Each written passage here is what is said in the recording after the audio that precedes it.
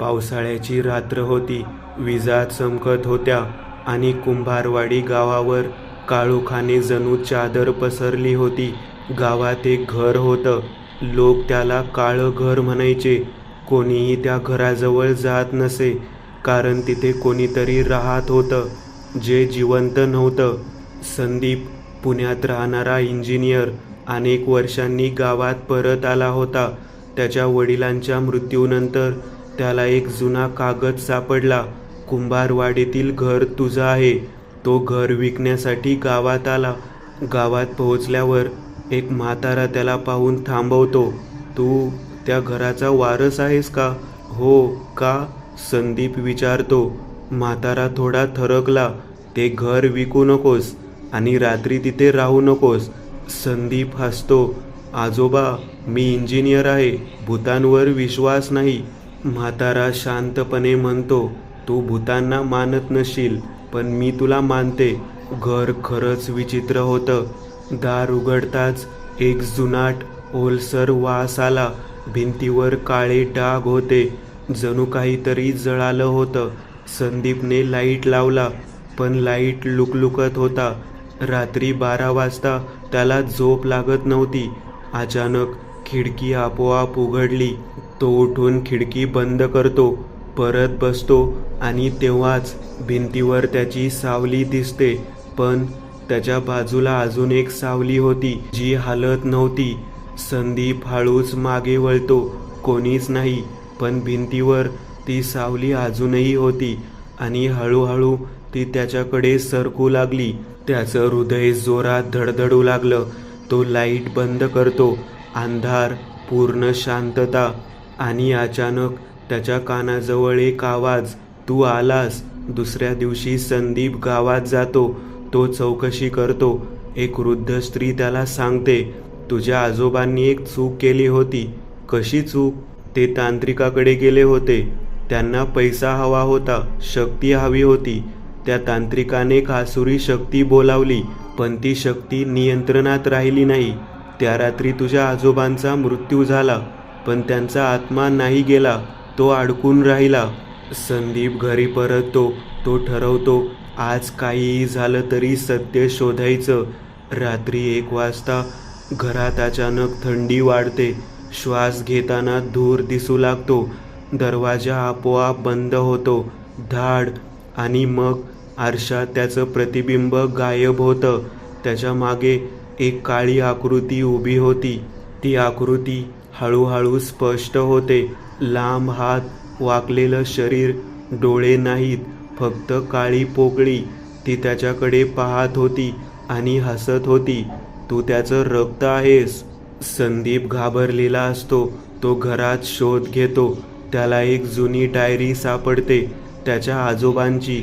त्यात लिहिलं होतं, मी तिला बोलावलं, पण ती मला सोडत नाही. ती सावली नाही, ती भूक आहे.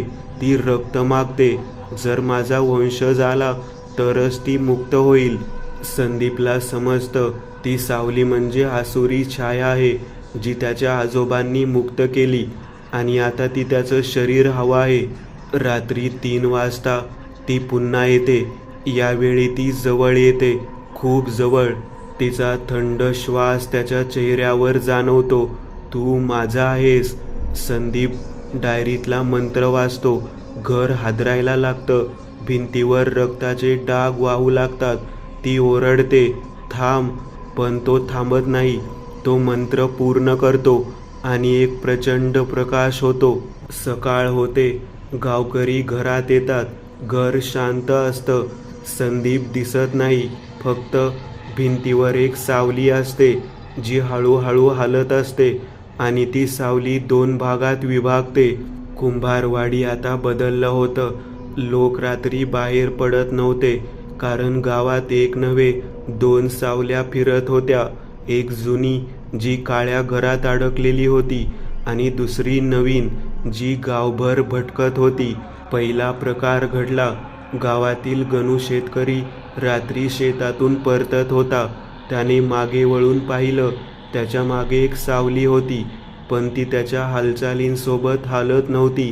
तो घाबरला. तो धावू लागला. पण सावली त्याच्यापेक्षा वेगाने सरकत होती. दुसऱ्या दिवशी गणूचा फक्त शर्ट सापडला, माणूस नाही. गावकऱ्यांनी पाहिलं. काळं घर पुन्हा उजळायला लागलं. रात्री 3 वाजता त्यात लाईट लागायच्या आणि खिडकीतून 2 आकृत्या दिसायच्या, एक उंच विकृत आणि दुसरी मानवी. गावात अफवा पसरली, ती नवीन सावली संदीपची आहे. कारण त्या रात्रीनंतर कोणीही संदीपला पाहिलं नव्हतं. पण काही लोक म्हणाले, आम्ही त्याला पाहिलं, रात्री घराच्या बाहेर उभा, पण त्याचा चेहरा नव्हता.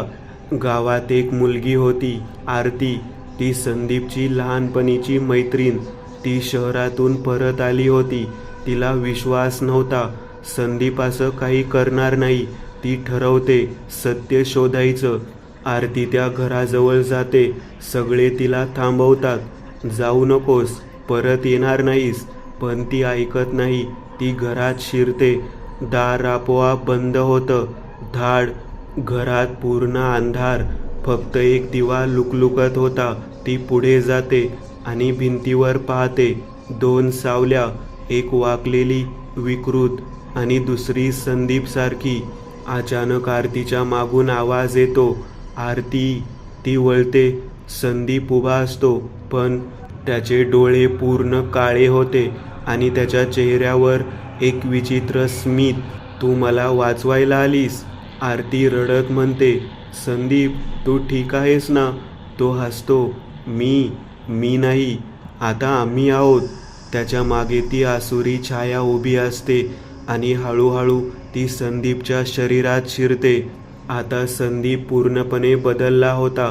त्याचा आवाज 2 आवाजांसारखा वाटत होता. आता आम्ही मुक्त आहोत. आता आम्हाला कोणी थांबवू शकत नाही.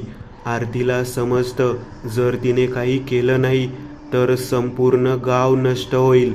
तिला एक गोष्ट आठवते, गावातील मंदिर, जिथे एक जुना मंत्र होता. ती घरातून पळते. संदीप तिच्या मागे येतो. रात्रीचा अंधार वाढतो. वारा जोरात वाहतो आणि सावल्या तिच्या भोवती फिरू लागतात. आरती मंदिरात पोहोचते. ती मंत्र वाचायला लागते. संदीप तिच्या समोर येतो. थांब. ती मंत्र पूर्ण करते. मंदिरात प्रकाश पसरतो. संदीप ओरडतो. त्याच्या शरीरातून काळी धूर बाहेर येतो.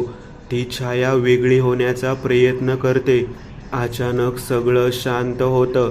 संदीप जमिनीवर पडतो. तो शुद्धीवर येतो. आरती हसते. तू परत आलास. मंदिराच्या भिंतीवर एक सावली दिसते, जी अजूनही हलत असते आणि ती सावली आरतीच्या मागे उभी असते. त्या दिवसानंतर गावात पुन्हा शांतता आली. पण आरती कधीकधी आरशात पाहते आणि तिच्या मागे तीच सावली उभी असते. कुंभारवाडी पुन्हा शांत दिसत होतं. लोक पुन्हा शेतात जाऊ लागले. मुलं खेळू लागली. पण ही शांतता खोटी होती. कारण आता ती छाया घरात नाही, माणसात होती. आणि तो माणूस होता आरती. एका रात्री आरती आरशात स्वतःकडे पाहत होती. अचानक तिचं प्रतिबिंब हसू लागलं. पण ती हसत नव्हती. तिच्या मागे ती काळी छाया उभी होती आणि हळूच तिच्या कानात कुजबुजली, आता तुझी वेळ आहे. दिवसेंदिवस आरती बदलत होती. ती एकटी राहू लागली. तिचे डोळे काळे दिसू लागले. गावकऱ्यांनी लक्ष दिलं. ती आधीसारखी नाही राहिली. पण कोणीही सत्य ओळखलं नाही. संदीप आता ठीक होता, पण त्याला काहीतरी चुकते असं वाटत होतं. एक रात्री त्याने आरतीला पाहिलं.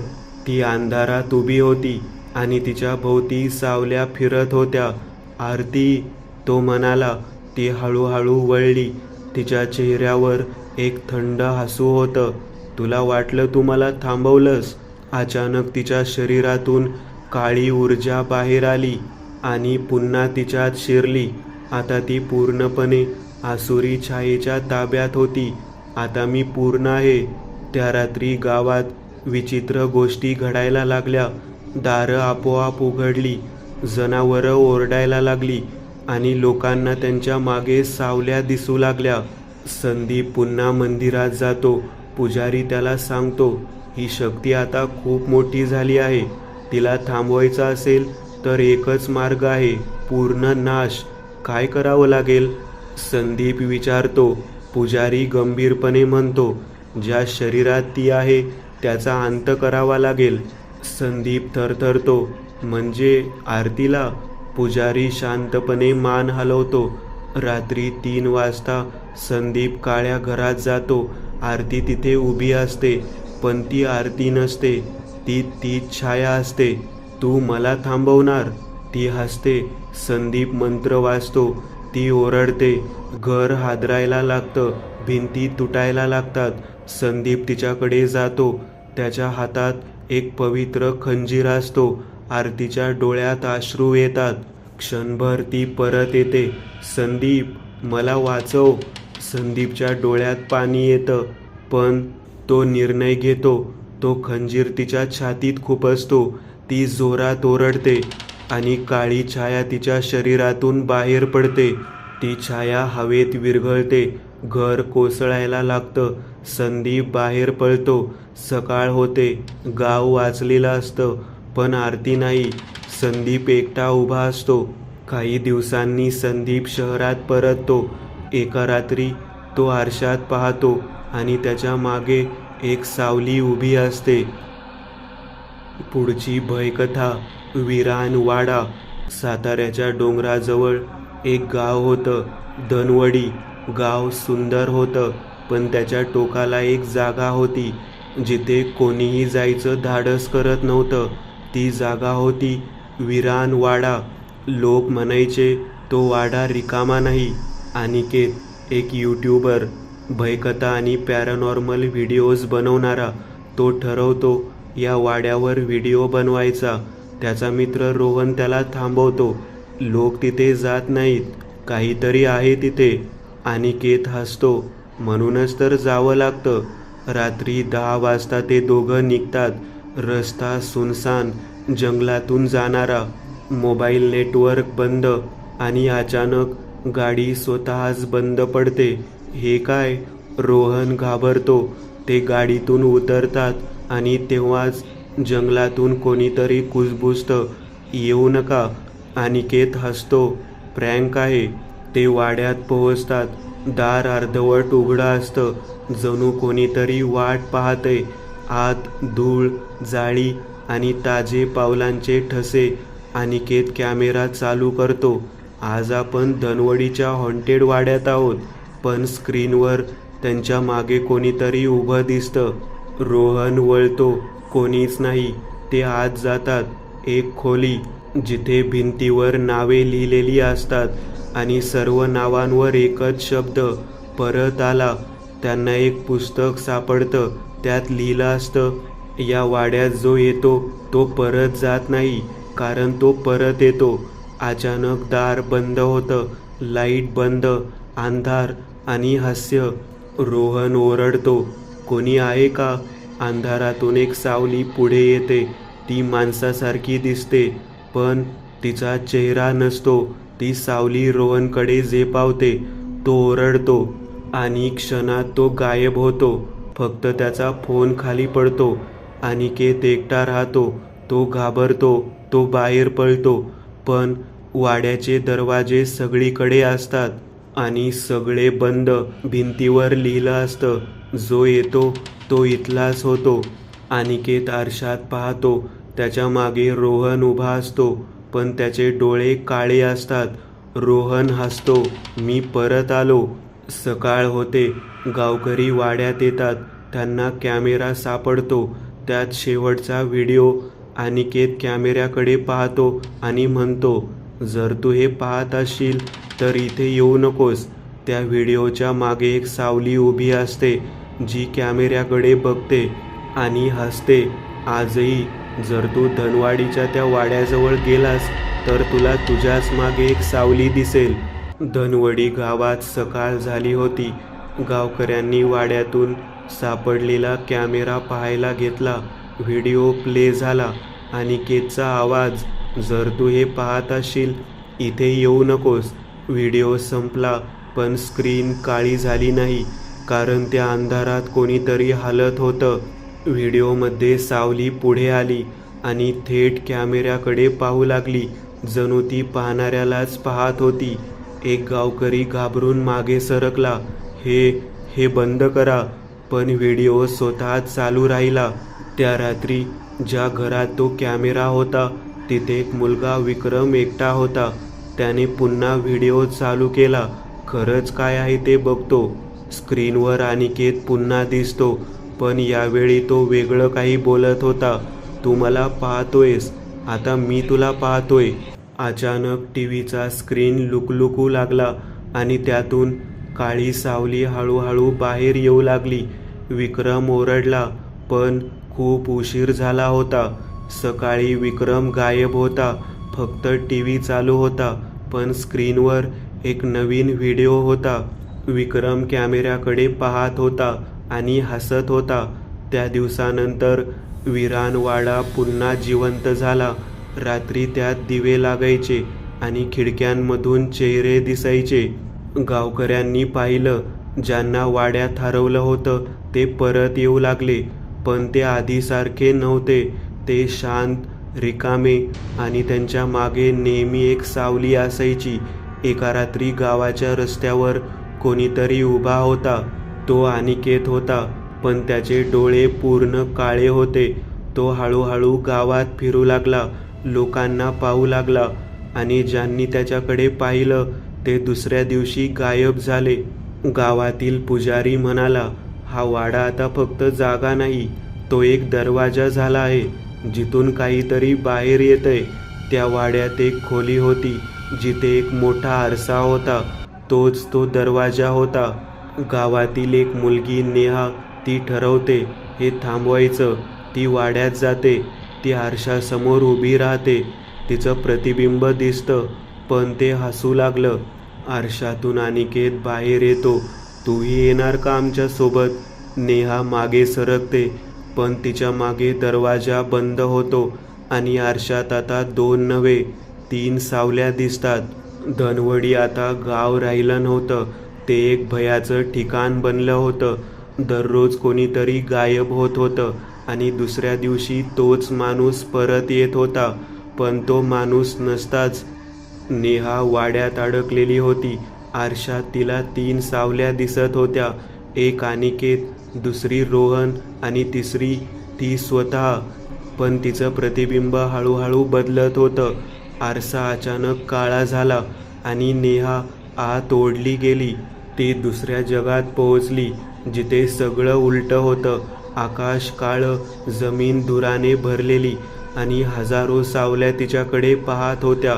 अनिकेत तिच्या समोर आला. हेच खरं जग आहे. तुम्ही जिथे राहता ते फक्त सावली आहे. नेहा घाबरली. मला परत जायचं आहे. तो हसला. परत? इथे येणारा कोणी परत जात नाही. नेहाला समजतं, तो वाडा म्हणजे दरवाजा आहे आणि हा जग सावल्यांचा खरा संसार आहे. ते इथून बाहेर येऊन मानवांच्या जगावर कब्जा करत होते. नेहाला आठवतं पुजाऱ्याने सांगितलेलं, दरवाजा तोडला तर सगळं संपेल. ती ठरवते, मी हा दरवाजा बंद करणार, काहीही झालं तरी. ती पुन्हा आरशाकडे जाते आणि जोरात धक्का देते. आरसा तडकायला लागतो. सगळ्या सावल्या ओरडू लागतात, थांब. अनिकेत तिच्यावर झेपावतो. नेहा पूर्ण ताकदीने आरशावर मारते. आरसा फुटतो. प्रचंड प्रकाश होतो. सगळ्या सावल्या मागे हटतात. सकाळ होते. विरानवाडा कोसळलेला असतो. गाव शांत असतं. गायब झालेले लोक परत येत नाहीत. नेहा वाचते. ती बाहेर येते, पण ती खूप शांत असते. काही दिवसांनी गाव पुन्हा सामान्य होतं. लोक विसरू लागतात. एका रात्री नेहा आरशात पाहते आणि तिच्या मागे हजारो सावल्या उभ्या असतात. ती हळूच हसते. पुढची भयकथा. काळी विहीर. धनगाव नावाचे एक छोटं गाव होतं.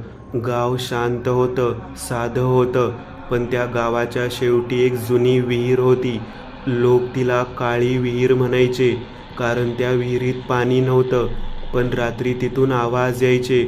कधी बाईच्या रडण्याचा आवाज, कधी लहान मुलाच्या हसण्याचा आवाज आणि कधी कुणीतरी हळू आवाजात म्हणायचं, खाली ये.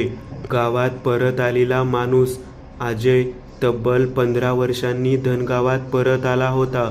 त्याचे आईवडील शहरात गेले होते. गावातलं जुनं घर बंद पडलं होतं. आता ते घर विकून टाकायचं एवढंच कारण घेऊन तो गावात आला. बस थांब्यावर उतरल्यावर त्याला गाव तसंच दिसलं.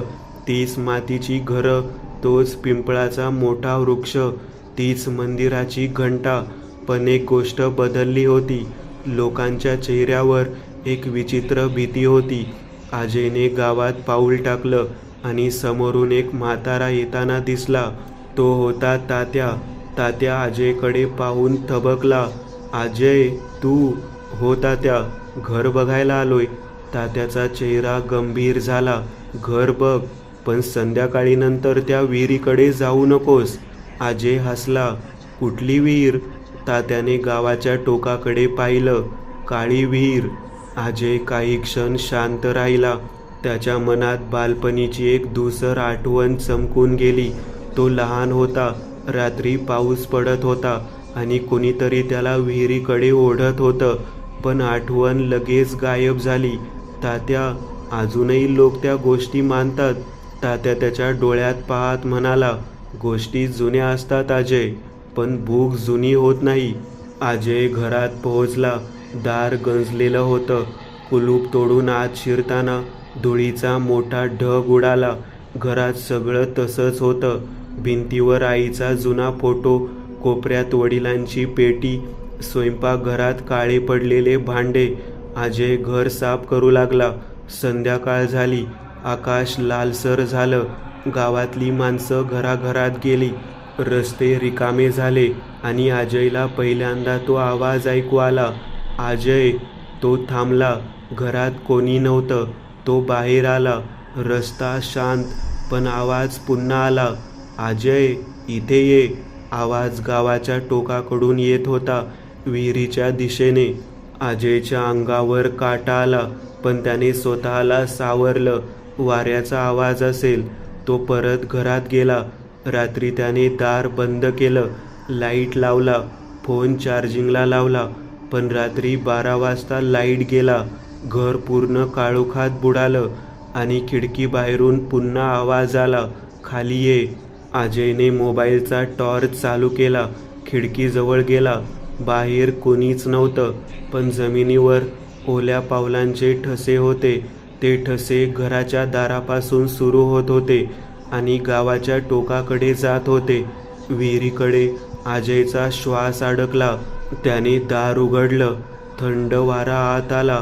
वाऱ्यासोबत ओलसर कुचका वास, जणू अनेक वर्ष बंद असलेल्या खोल खड्ड्यातून येतो तसा. अजय पावलांचे ठसे पाहत पुढे जाऊ लागला. रस्ता काळा होता. कुत्रे भुंकत नव्हते. झाडांची पानं हलत नव्हती. पूर्ण गाव जणू श्वास रोखून बसलं होतं. काही मिनिटांनी तो विहिरीजवळ पोहोचला. विहीर मोठी होती, काळ्या दगडांनी बांधलेली. तिच्या कडेला शेवाळ होतं. आत पाहिलं तर फक्त काळोख. अजयने टॉर्च खाली मारला. प्रकाश खाली गेला, पण तळ दिसला नाही. अचानक आतून पाण्याचा आवाज आला. छपाक. अजय मागे सरकला. कोण आहे? काही उत्तर नाही. मग एक बाईचा आवाज आला, खूप हळू, खूप थंड. तू परत आलास. अजयच्या हातातून फोन पडता पडता वाचला. कोण? विहिरीतून हसू ऐकू आलं आणि मग एका लहान मुलाचा आवाज, दादा, मला वर काढ ना. अजय गोठला. हा आवाज त्याला ओळखीचा वाटत होता. जणू तो आवाज त्याने कधीतरी ऐकला होता, खूप वर्षांपूर्वी. पण कुठे?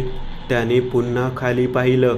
अंधारात 2 डोळे चमकत होते, लहान मुलाचे डोळे. आणि पुढच्याच क्षणी ते डोळे नाहीसे झाले. सकाळी अजय तात्याकडे गेला. तात्या, त्या विहिरीत काय आहे? तात्या शांत झाला. त्याने अजयला घरात बसवलं. तुला काही आठवतंय का? कशाबद्दल? तुझ्या लहानपणीचा एक पावसाचा दिवस. अजयच्या छातीत धडधड वाढली. मला थोडं थोडं आठवतं. तात्या खोल श्वास घेत म्हणाला. त्या दिवशी तू आणि तुझा लहान भाऊ विवेक खेळत होतात. अजय थिजला. माझा भाऊ? तात्याने मान खाली घातली. हो, तुला भाऊ होता, पण घरच्यांनी त्याचं नाव कधी घेतलं नाही. अजयचं डोकं गरगरू लागलं. तात्या पुढे बोलू लागला. त्या दिवशी विवेक काळ्या विहिरीत पडला. लोकांनी दोरी टाकली, पण तो सापडला नाही. नाही नाही, अजय कुजबुजला. तू त्यावेळी तिथे होतास. तू सांगितलं होतंस. कोणीतरी काळ्या हाताने विवेकला ओढलं. अजय उठला. हे खोटं आहे, तात्या म्हणाला. खोटं असतं तर बरं झालं असतं. माझ्या आईवडिलांनी मला कधी सांगितलं नाही, कारण त्या रात्रीनंतर तू वेडा झाल्यासारखा एकच वाक्य म्हणत होतास. अजयने थरथरत विचारलं, काय? तात्याचा आवाज कुजबुजीत बदलला. विवेक गेला नाही, तो खाली वाट पाहतोय. तात्याने आणखी एक गोष्ट सांगितली. खूप वर्षांपूर्वी त्या जागी विहीर नव्हती. तिथे एक लहान देवस्थान होतं. गावकऱ्यांनी पाणी मिळावं म्हणून तिथे विहीर खोदली. पहिल्या दिवशी काळी माती निघाली, दुसऱ्या दिवशी काळे दगड, तिसऱ्या दिवशी खोदणाऱ्या माणसांना खाली एक जुना दरवाजा दिसला. दगडाचा दरवाजा, त्यावर काही विचित्र चिन्ह होती. गावच्या जुन्या पुजाऱ्याने सांगितलं, हा दरवाजा उघडू नका. पण पाण्याच्या लालसेने लोकांनी दरवाजा तोडला. त्या रात्री गावात पहिल्यांदा रडण्याचा आवाज आला आणि दुसऱ्या दिवशी खोदकाम करणारे तिघे गायब झाले. फक्त त्यांचे ओले पावलांचे ठसे विहिरीकडे जाताना दिसले. त्याच्यानंतर विहिरीत पाणी आलं, पण ते पाणी काळं होतं आणि जो कोणी ते पाणी पित असे तो काही दिवसांनी रात्री विहिरीकडे चालत जाई, परत कधीच येत नसे. अजयला हे सगळं अंधश्रद्धा वाटत होतं, पण त्याच्या मनात एकच प्रश्न घुमत होता. माझा भाऊ खरंच होता? त्याने घरात शोध घेतला. जुन्या पेटीत त्याला एक फोटो सापडला. फोटोमध्ये आई, बाबा, लहान अजय आणि त्याच्या शेजारी एक छोटा मुलगा विवेक. फोटोच्या मागे लिहिलं होतं, अजय आणि विवेक, शेवटचा वाढदिवस. अजयच्या डोळ्यात पाणी आलं. त्याच वेळी घरात कुठेतरी पाणी टपकण्याचा आवाज आला. अजयने मागे वळून पाहिलं. जमिनीवर काळ्या पाण्याचे थेंब पडत होते. छत कोरडं होतं, भिंती कोरड्या होत्या, पण थेंब पडत होते आणि त्या थेंबांनी जमिनीवर एक शब्द तयार केला, भाऊ. दुसरी रात्र. त्या रात्री अजयने गाव सोडायचं ठरवलं, पण गाडी सुरू झाली नाही. फोनला नेटवर्क नव्हतं. गावात कोणी दार उघडत नव्हतं. जणू सगळ्यांना माहिती होतं की आज काहीतरी होणार आहे. रात्री 12 वाजता पुन्हा आवाज आला, दादा. अजयने कान बंद केले. दादा, मला थंडी वाजते. तो ओरडला. गप्प बस. घर हादरलं. भिंतीवर लटकलेला फोटो खाली पडला. काच फुटली. फोटोतील विवेकच्या चेहऱ्यावर काळा डाग पसरला आणि मग मागून एक आवाज आला, तू मला सोडलंस. अजय हळूच वळला. खोलीच्या कोपऱ्यात एक लहान मुलगा उभा होता, ओला, थरथरणारा. त्याचे केस कपाळाला चिकटलेले, त्याचे डोळे खोल काळे. विवेक. मुलगा हसला. आठवलं? अजयच्या डोळ्यातून अश्रू आले. मी तुला वाचवू शकलो नाही. विवेकने मान वाकडी केली. तू वाचवू शकत होतास. नाही, तू पळून गेलास. मी लहान होतो. मीही लहान होतो. अजयला श्वास घेता येईना. विवेक जवळ आला. त्याच्या अंगातून कुचक्या पाण्याचा वास येत होता. आता खाली ये, आईसारखा, बाबांसारखा. अजय मागे सरकला. आई, बाबा. विवेक हसला. ते मला भेटायला आले होते. अजयच्या पायाखालची जमीन सरकली. त्याच्या आईवडिलांचा अपघात झाला नव्हता. विवेक म्हणाला, अपघात नाही, हाक होती. अजय पळत तात्याकडे गेला. तात्याने दार उघडलं, पण अजयला पाहताच त्याच्या चेहऱ्यावर भय पसरलं. तो तुझ्यापर्यंत आला. अजय ओरडला, माझे आई बाबा कसे मेले? तात्या शांत राहिला. तात्याने डोळे मिटले. तुझी आई वर्षांपूर्वी गावात आली होती. ती म्हणाली तिला रात्री विवेकचा आवाज ऐकू येतो. आम्ही तिला थांबवलं, पण ती गेली विहिरीकडे. तात्याने मान हलवली. तुझ्या वडिलांनी तिला वाचवायला धाव घेतली. सकाळी फक्त त्यांची चप्पल सापडली. अजय भिंतीला टेकला. मला का नाही सांगितलं? कारण तुझ्या वडिलांनी सांगितलं होतं, अजयला कधीही परत गावात येऊ देऊ नका. मग घर माझ्या नावावर का ठेवलं? कारण घर विकण्याचा कागद आम्ही पाठवला नव्हता. मग? तात्या हळू आवाजात म्हणाला. तो कागद कोणीतरी पाठवला. बाहेर वारा सुटला आणि तात्याच्या घराच्या दारावर ओले ठसे उमटू लागले. एकामागोमाग एक, जणू कोणी अदृश्य माणूस दारापर्यंत आला होतं. मग दारावर ठोका पडला. विवेकचा आवाज आला, तात्या, दार उघड. तात्या पांढरा पडला. जा अजय, मंदिरात जा. पुजाऱ्याचा जुना डब्बा शोध, त्यात उत्तर आहे. दार जोरात हादरलं. धाड. तात्या ओरडला. जा. अजय मागच्या दरवाजातून पळाला. मागे तात्याचा आवाज ऐकू आला, कोण आहेस तू? आणि मग एक किंकाळी. अजय मंदिरात पोहोचला. मंदिर जुनं होतं. देवळातील दिवा स्वतःच लुकलुकत होता. अजयने देवघरामागे शोध घेतला. एक लाकडी डबा सापडला. त्यात जुनी वही होती, पुजाऱ्याची. त्यात काळ्या विहिरीबद्दल लिहिलं होतं. ही विहीर पाण्याची नाही, ही विहीर मार्ग आहे. खाली मृत लोक नाहीत, खाली ते आहे जे मृतांच्या आवाजात बोलते. ती शक्ती हरवलेल्या लोकांचे रूप घेते. ती आपल्याला आपल्या अपराधाने बोलावते. अजयच्या अंगावर शहारे आले. म्हणजे तो विवेक नव्हता. पण मग वहीत पुढे लिहिलं होतं, जे खरेच विहिरीत पडतात त्यांचे आत्मे पूर्ण मरत नाहीत, ते अडकतात. त्यांचा आवाज वापरला जातो. अजयचा घसा कोरडा पडला. म्हणजे विवेक अडकला होता त्या शक्तीच्या ताब्यात. वहीच्या शेवटी लिहिलं होतं, विहीर बंद करण्याचा एकच मार्ग आहे. ज्याने पहिली हाक ऐकली त्याने खाली उतरून खऱ्या आत्म्याला नावाने मुक्त करावं.